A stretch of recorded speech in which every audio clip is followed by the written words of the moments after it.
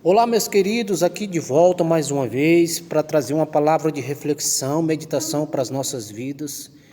Continuando o vídeo anterior, porque aqui estou pegando 5 minutos aqui para postar vídeo, vou falar alguma coisa sobre a palavra de Deus.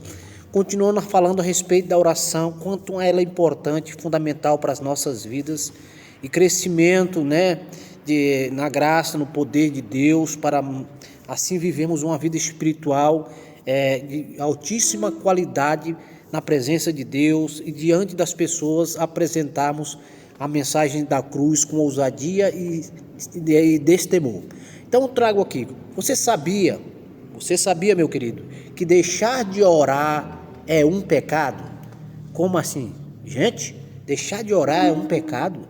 Pois é, gente. Hoje nós vamos aprender a respeito disso aí, que deixar de orar é um pecado. Eu queria que vocês lessem depois essa referência aí em 1 Samuel 12, 23. Segundo, deixar de orar é pecado de desobediência.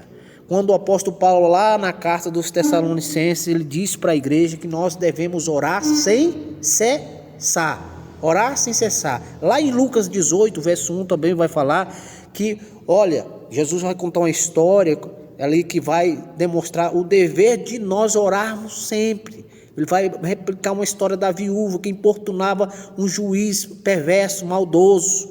Mas, portanto, aquela mulher importuná-lo, ele decide ajudar aquela mulher. O dever de orar sempre, é um dever nosso, cristão, orar sempre, em prol da família, em prol da nação, em prol dos governantes, em prol dos nossos familiares, dos nossos amigos, para orar para que Deus liberte pessoas, salve pessoas, cure pessoas. É o nosso dever como cristão, é uma obrigação, um dever nosso. E vamos dizer assim, irmão, é um privilégio maravilhoso falar com o Papai do Céu e ter o retorno de Deus para as nossas vidas em resposta da nossa oração. Quantas e quantas pessoas foram e são abençoadas. Então nós vemos aqui que é pecado deixar de orar, porque a própria Bíblia está pedindo, falando que nós temos o dever de orar sempre ao nosso Deus, falar sempre com o Papai do Céu. Lá naquela oração do Pai Nosso, quando os discípulos perguntaram para Jesus, que eles fizeram um pedido para Jesus, na verdade. Pediram para o Mestre: Senhor, nos ensina a orar.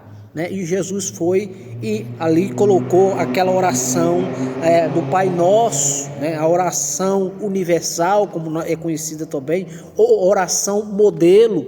Jesus colocou ali como nós devemos orar. Por que os discípulos não pediram: Senhor, nos ensina a teologia, Senhor, nos ensina a lei, Senhor, nos ensina a curar, Senhor, nos faz isso? Não, gente, eles viram na prática, na vida do próprio Jesus, que Jesus continuamente subia aos montes, estava em constante oração, sempre orando a Deus, e quando ele descia do monte, quando ele se apresentava à multidão, ele curava, ele libertava, ele expulsava os demônios. Então Jesus estava mostrando para eles como se vive o cristianismo, como se vive a vida cristã, daquela forma como o próprio Jesus demonstrou.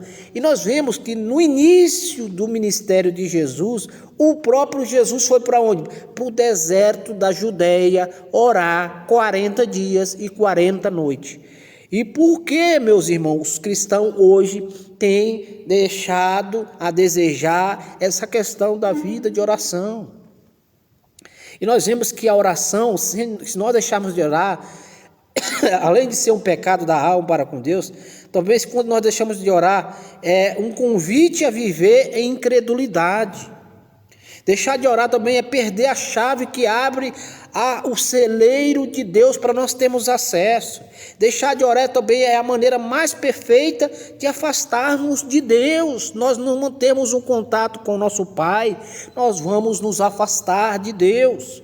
Deixar de orar também, meu irmão, de orar significa deixar de abastecer a alma com o gozo celeste. Então nós vimos aí, irmãos, essas reclamações que a Bíblia fala, que nós como cristãos devemos orar, e o perigo que muitos estão deixando a desejar nesse quesito da vida cristã, nesse padrão da vida cristã que é tão fundamental, tão importante para as nossas vidas.